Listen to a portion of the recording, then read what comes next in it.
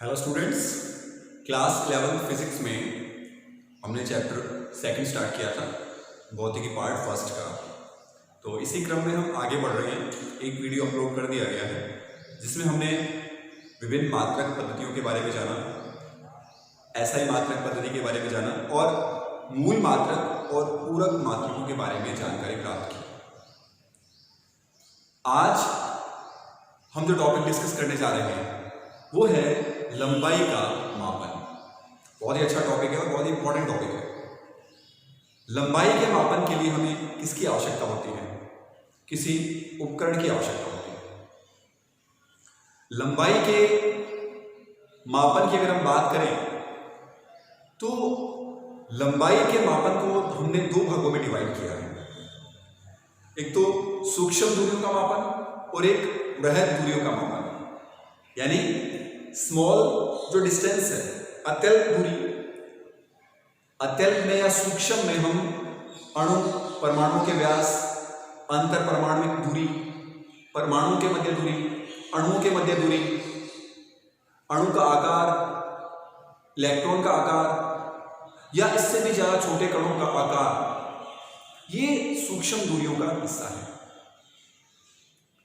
और दूसरी तरफ बड़ी दूरियां, जैसे या हम इसको कह सकते हैं वृहद दूरियां।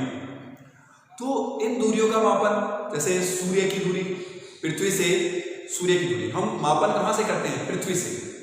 पृथ्वी से सूर्य की दूरी, पृथ्वी से चंद्रमा की दूरी। तो ये दूरियां वृहद दूरियां या बड़ी दूरियां हैं।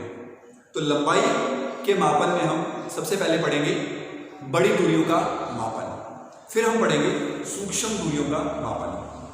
देखिए, लंबाई के मापन में जो विधि है, एक हम स्केल से अगर मापन करें, जैसे मान लीजिए ये दूरी है, यहां पर हम स्केल रखकर इसका मापन कर सकते हैं। तो ये विधि प्रत्यक्ष विधि, यानी इसका मापन प्रत्यक्ष रूप से किया है, प्रत्यक्ष विधि कह सकते हैं।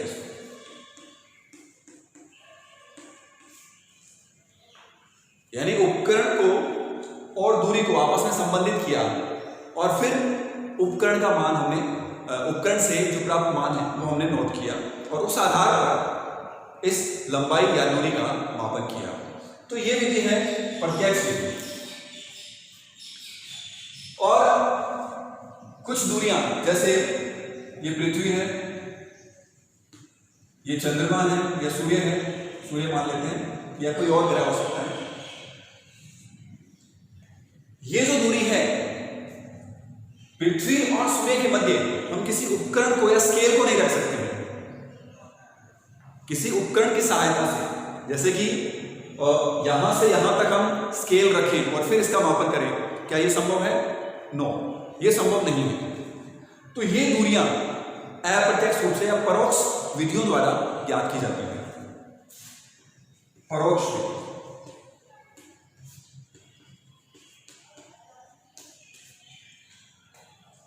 ये डायरेक्ट इनडायरेक्ट, यानी कि यहां पर हम उपकरण को उस दूरी के ऊपर रखते हैं और उससे हम मापन करते हैं। यहां पर कोई अन्य विधि काम में लेते हैं, क्योंकि इतना बड़ा उपकरण या फिर इतनी बड़ी लंबाई के लिए हम स्केल इस्टेब्लिश नहीं कर सकते, इतना बड़ा स्केल नहीं बना सकते हैं। तो हमने वर्गीकरण किया है परोक्ष विधि और प्रत्यक्ष विधि। तो अभी हम बड़ी दूरियों का मापन पढ़ रहे हैं, तो इसमें हम परोक्ष विधि का अध्ययन करेंगे।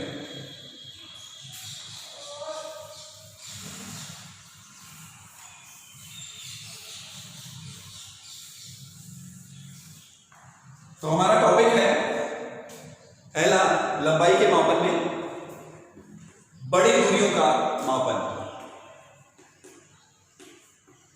बड़ी दूरियों का मापन।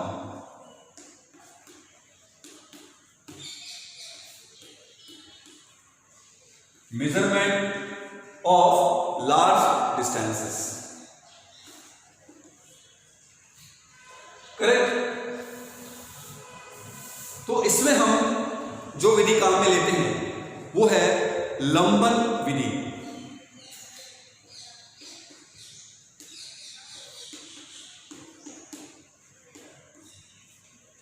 पैरेलक्स मेथड। पहले हम लंबन विधि को समझते हैं और अभी आपको बताया हम बड़ी दूरियों का मापन परोक्ष विधि से करते हैं, यानी उसका इनडायरेक्ट मेथड है दूरी ज्ञात करने का। तो ये लंबन विधि एक तरह से क्रॉस विधि है, करेक्ट। पैरेलक्स मेथड क्या है? देखिए लंबन विधि क्या है। हम अगर यहां से अगर कोई पेंसिल या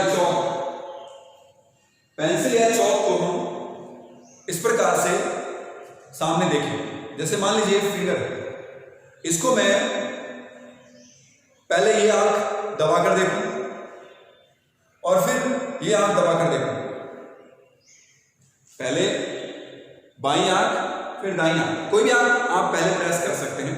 एक आंख से आप इसको देखें तो आप क्या महसूस करते हैं? आप देखेंगे कि आप एक बिंदु पर खड़े हैं और आपको अंगुली की दो स्थितियां दिखाई दे रही हैं, एक आंख से देखने पर यहां, दूसरी आंख से देखने पर यहां, तो एक ही बिंदु से आप देख रहे हैं इसे। और इस विधि में अगर आप देखें, यानी ये स्थिति, ये प्रेक्षण बिंदु और ये अंगुली की स्थिति, ये यहां और ये यहां। आपने यहां से देखा, दो स्थितियां दिखाई दी,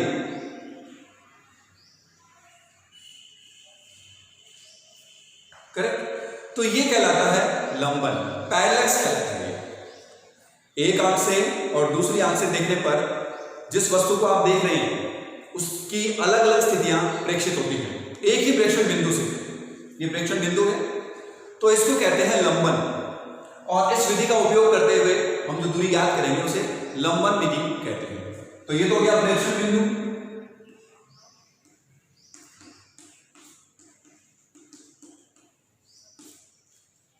और ये हो गई स्थितियां ए और बी, ये वस्तु की स्थिति।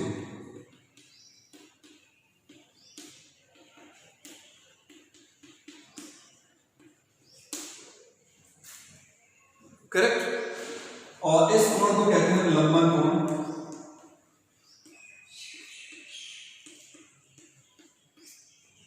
और ये कहलाता है आधारक।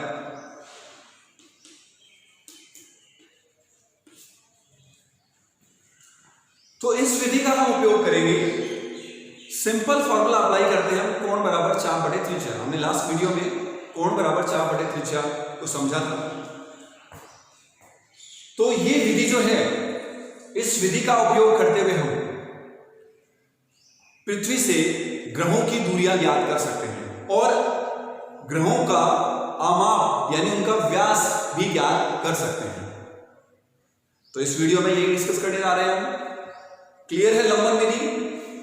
इस विधि का उपयोग करते हुए हम पृथ्वी की किसी अन्य ग्रह से जो दूरी है उसको हम फाइंड कर रहे हैं। देखिए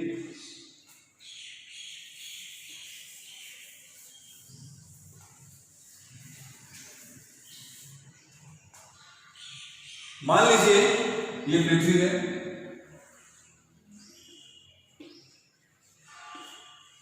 अब प्रेक्षक कहां है? पृथ्वी पर। यहां से इसका प्रेक्षण किया जाता है और ये है पॉइंट लाइन बना सकते हैं इसको हम, ये कोई ग्रह है,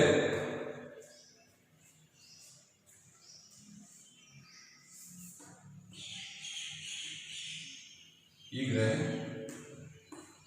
इसको मान लेते हैं पी, प्लैनेट पी।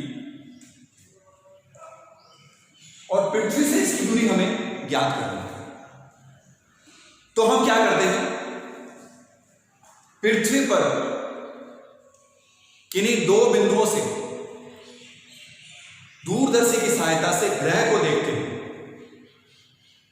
पृथ्वी पर हम कोई दो बिंदु लेते हैं, एक स्थान दूसरे स्थान से अलग है, दोनों के मध्य दूरी है, तो दो अलग अलग स्थानों से एक ही ग्रह को देखा जाता है। ग्रह से यहां से देखने पर वो बिंदुवत दिखाई पड़ता है, पॉइंट लाइक दिखाई देगा। तो पहले देखें हमने इसको, मान लीजिए यहां से इस स्थान से, और फिर देखा इसे यहां से, इस स्थान से। ये पॉइंट ए, ये पॉइंट बी, ये ग्रह पी है। करेक्ट। इसको देखेंगे और फिर इसको देखेंगे। इस कोण का मापन मान लीजिए थीटा है। हमें ज्ञात करनी है ये दूरी, ए पी की दूरी।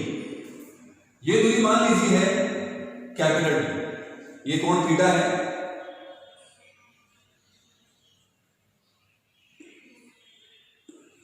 थीटा। तो यहां से देखिए ए पी और बी पी, इन दोनों को तुल्य ले सकते हैं। ए पी बराबर है बी पी के। तो ये डी है, तो ये भी क्या होगा, डी होगा। क्योंकि पृथ्वी से ही, पृथ्वी के दो स्थानों से अगर एक ही ग्रह को देखें तो पृथ्वी से इस ग्रह की जो दूरी है वो समान होगी। तो यहां पर हम इसको अगर डी ले रहे हैं तो इसको भी डी ले, करेक्ट। तो इस प्रकार से ये क्या हुआ, एक चाप हो गया। इस बिंदु से, बिंदु बी से एक चाप कट गया इस प्रकार से। ये कोण थीटा, ये डी, और ये दूरी ए बी, ये मान लीजिए है small B. A B equals to small B, और ये बराबर है डी के कैपिटल डी के। करेक्ट।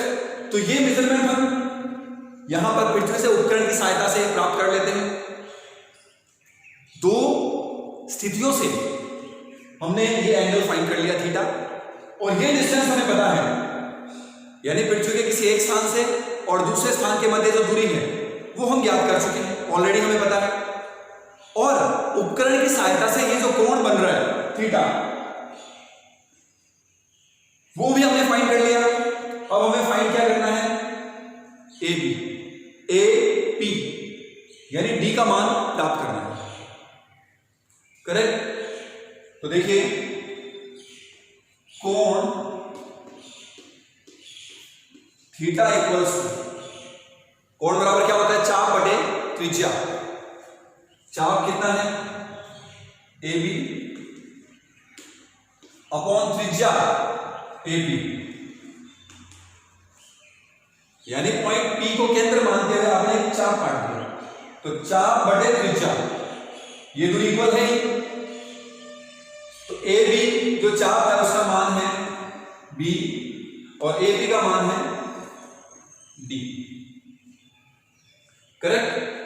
हमें मान किसका ज्ञात करना है, हमें मान ज्ञात करना है डी का। तो D equals to B upon theta. D क्या है, पृथ्वी की ग्रह से दूरी। तो सिंपल फॉर्मूला आता है कि आपने कोण बराबर चाप बटे त्रिज्या, ये आप याद रखेंगे। कोण बराबर होता है चाप बटे त्रिज्या। चाप बटे त्रिज्या, कोण के सामने ये चाप, ये त्रिज्या। तो यहां से हमने फाइंड कर लिया डी, डी बराबर होगा बी बटे थीटा। तो इस सूत्र की सहायता से हम कैपिटल डी को ज्ञात कर सकते हैं। क्या क्या चाहिए हमें राइट हैंड साइड में, एक तो बी, पृथ्वी के दो स्थानों से जहां से हमने उपकरण की सहायता से ये कोण मापन किया है या ग्रह को देखा है, उन स्थितियों के मध्य कोण, और ये दूरी बी और ये कोण थीटा। इस सूत्र में जब मान रखते हैं तो आप यहां पर डी का मान प्राप्त कर सकते हैं। करेक्ट है। तो हमें फाइंड क्या करना था, अल्टीमेटली डी फाइंड करना था। तो ये था लंबन विधि की सहायता से पृथ्वी की किसी ग्रह से दूरी इस प्रकार से ज्ञात की जा सकती है, और ये परोक्ष यहां पर हमने क्या किया, संपूर्ण लंबाई पर मीटर, इंची टेप या स्केल नहीं रखा है, किसी गणितीय विधि से हमने ये मान प्राप्त किया है। करेक्ट? तो ये था बड़ी दूरियों का मापन। वेरी सिंपल, आपको केवल क्या याद रखना है, कोण बराबर चाप बटे त्रिज्या, राइट? अब इस विधि की सहायता से हम ग्रह का आकार भी ज्ञात कर सकते हैं। जो ग्रह है उसका व्यास कितना है, देखिए कैसे।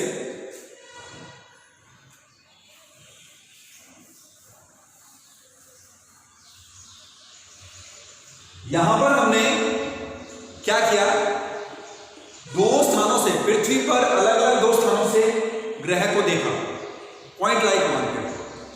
अब हम क्या करेंगे, पृथ्वी के एक ही स्थान से ग्रह के व्यास के सिरों को देखेंगे। देखिए कैसे, इसमें है, इसी में पढ़ रहे हो, ग्रह का आकार, ग्रह का आमाप,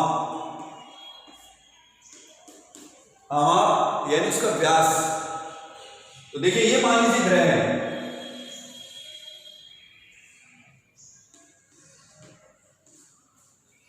इसका व्यास, ये इसका केंद्र है, ये इसका व्यास है, ये बी। ए बी का मान हमें प्राप्त कर रहे हैं, ये मान लीजिए डी है, स्मॉल डी, करेक्ट? इसके लिए लंबन विधि अप्लाई करते हैं।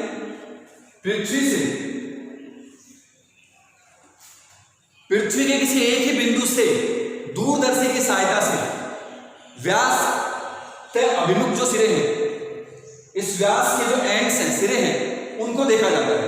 देखिए कैसे, इस पॉइंट से पहले इसको देखेंगे,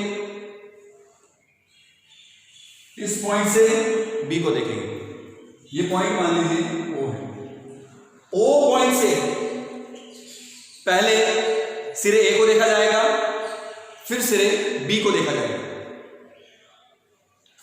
इसको हमने मिला दिया, ओ ए और ओ बी। ये जो दूरियां हैं, इसकी तुलना में देखिए, ये मान लो कैपिटल डी है, small D is very very less than capital D. जो डी का मान है वो बहुत स्मॉल है और ये बहुत अधिक है, तो ये दूरियां बराबर ली जा सकती हैं। ओ ए ओ बी, इन दोनों दूरियों को हम इक्वल ले सकते हैं। तो A O equals to B O, ये इक्वल है डी। तो अब आप मान सकते हैं ओ पर, ओ से ए बी एक चाप को व्यक्त करता है, क्योंकि ये त्रिज्या हो गई और ये चाप। ये कोण मान लीजिए बनता है अल्फा, ये कोण बन रहा है अल्फा। ये हमने किससे माप लिया, उपकरण की सहायता से। उपकरण की सहायता से आप कोण अल्फा माप सकते हैं, करेक्ट? और पहली विधि से आपने डी ज्ञात कर लिया। अभी हमने जो विधि पढ़ी इसी में, उसमें हमने डी ज्ञात किया था, ग्रह की पृथ्वी से दूरी, वो हम ऑलरेडी ज्ञात कर चुके हैं। तो देखिए यहां डी कैसे ज्ञात करेंगे, कोण बराबर चाप बटे त्रिज्या। तो देखिए कोण अल्फा, ये अल्फा है, कोण अल्फा इक्वल्स टू चाप ए बी बटे त्रिज्या, त्रिज्या ए बी। ये सूत्र बहुत उपयोगी है, कोण इक्वल्स टू चाप बटे त्रिज्या। तो देखिए चाप का मान कितना है, डी, और त्रिज्या है ये कैपिटल डी। त्रिज्या, आप यहां कंफ्यूज मत होना, इसकी त्रिज्या से कोई कंसर्न नहीं है। हम ये त्रिज्या लेंगे, त्रिज्या कौन सी, कि ओ से अगर आप इसमें चाप बनाएं तो ये त्रिज्या होगी, ये त्रिज्या है, करेक्ट? यहां आपको कंफ्यूज नहीं होना है। तो डी क्या है, ग्रह का व्यास। डी यहां पर ग्रह का व्यास है, वो हमें ज्ञात कर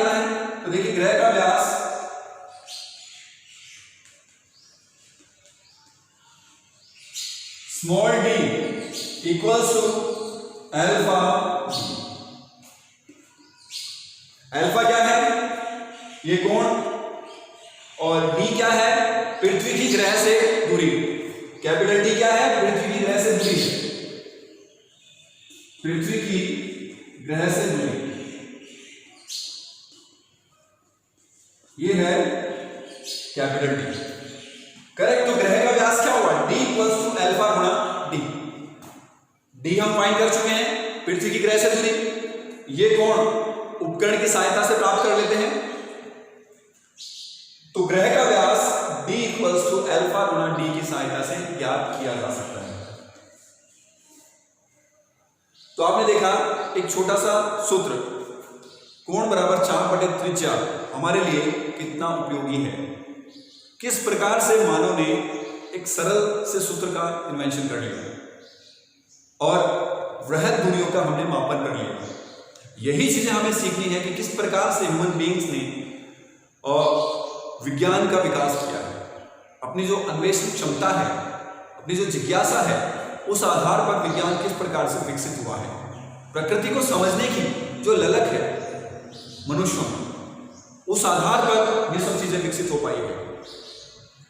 तो यहां पर आप इस गुण को भी समझें। इसके पीछे जो एफर्ट्स हैं ह्यूमन बीइंग्स के, जो साइंटिस्ट के, वैज्ञानिकों के, उसको भी एप्रिशिएट करना चाहिए और उन चीजों को हमें धारण भी करना चाहिए। एक वैज्ञानिक दृष्टिकोण का विकास इस पाठ्यक्रम के साथ साथ आपको करना है। ये बिल्कुल भी नहीं सोचना है कि इसकी यूटिलिटी क्या है, इसकी उपयोगिता क्या है। एक समझ विकसित करना सबसे बड़ा उद्देश्य है। तो इस वीडियो में हमने लंबाई के मापन का अध्ययन किया है। नेक्स्ट वीडियो में हम सूक्ष्म दूरियों का अध्ययन करेंगे। तो इस वीडियो के लिए इतना ही। Thank you.